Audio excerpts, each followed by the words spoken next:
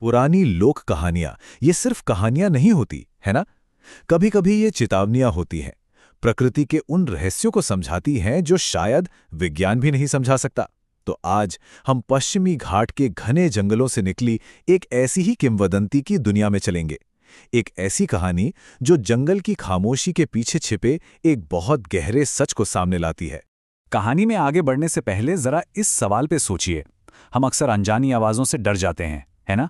पर क्या होगा जब वो सारी जानी पहचानी आवाजें, चिड़ियों का चहचहाना, पत्तों का सरसराना, अचानक बंद हो जाएं?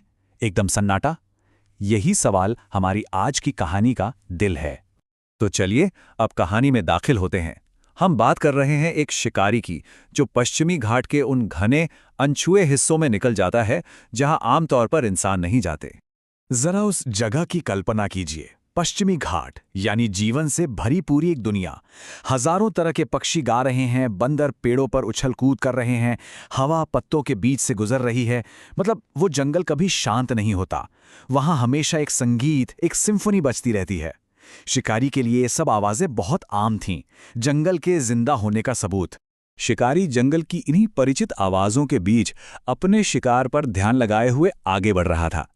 सब कुछ नॉर्मल था, लेकिन फिर कुछ ऐसा हुआ जिसकी उसने कभी कल्पना भी नहीं की थी। अचानक एक पल के अंदर जंगल की हर एक आवाज थम गई, जैसे किसी ने पूरी दुनिया का वॉल्यूम ही 0 पर कर दिया हो। और ये कोई सुकून देने वाली शांति नहीं थी, नहीं, ये एक भारी बोझिल खामोशी थी। शिकारी के कान कोई तो आवाज ढूंढ रहे थे, पर कुछ भी नहीं था। ऐसा लग रहा था मानो हवा ने भी अपनी सांस रोक ली हो। अब उसका डर किसी जानवर का नहीं था, बल्कि इस अजीब अनहोनी चुप्पी का था। उस असहनीय सन्नाटे में जहां शिकारी को अपने दिल की धड़कन भी शोर लग रही थी, उसे कुछ सुनाई दिया, कुछ ऐसा जो उस खामोशी से भी ज्यादा अजीब था। धम धम धम, एक लय में बजती हुई थाप, जैसे कोई जुलूस, कोई प्रोसेशन पास आ रहा हो। लेकिन वहां कोई था ही नहीं। आवाज पास तो आ रही थी, पर आ कहां से रही थी कुछ पता नहीं। वो अदृश्य थी। अब शिकारी का डर अपने चरम पर था। ये हो क्या रहा था? शिकारी, जो अब तक डर और उलझन में फंसा था, अचानक सब कुछ समझ गया। उसके दिमाग में अपने बुजुर्गों की सुनाई एक पुरानी कहानी कौंध गई। वो अनजाने में एक ऐसी जगह पर आ गया था जहां उसे बिल्कुल नहीं होना चाहिए था। तो देखिए, लोक कथा के मुताबिक जंगल में कुछ रास्ते या कुछ पल ऐसे होते हैं जो देवताओं के आने जाने के लिए होते हैं, और जब वो गुजरते हैं तो पूरी प्रकृति उनके सम्मान में खामोश हो जाती है। पक्षी, जानवर, यहां तक कि हवा भी। वो जो ढोल की आवाज थी, वो उसी अदृश्य जुलूस की थी। शिकारी किसी राक्षस के इलाके में नहीं, बल्कि एक देवता के पवित्र रास्ते पर आ खड़ा हुआ था। तो ये कहानी सिर्फ डराने या रोमांच के लिए नहीं है। असल में ये हमें प्रकृति और इंसानों के रिश्ते के बारे में बहुत कुछ सिखाती है।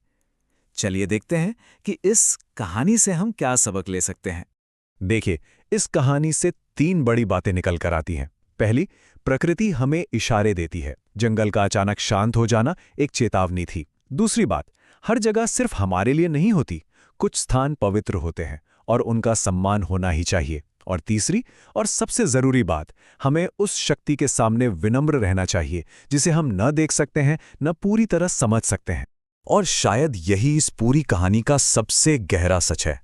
उस शिकारी के लिए वो खामोशी खाली नहीं थी, वो उसे एक बहुत जरूरी जवाब दे रही थी कि तुम यहां बाहरी हो, सम्मान दिखाओ और पीछे हट जाओ। कभी-कभी सबसे बड़ा संदेश चुप्पी में ही छिपा होता है। ये किंवदंती हमें एक बहुत गहरे सवाल के साथ छोड़ जाती है। जब हमारा सामना किसी ऐसी चीज से हो जो हमारी समझ से परे हो, जो बहुत शक्तिशाली और अदृश्य हो, तो क्या चुप रहकर सम्मान दिखाना ही सबसे सही तरीका है? इस पर सोचिएगा जरूर।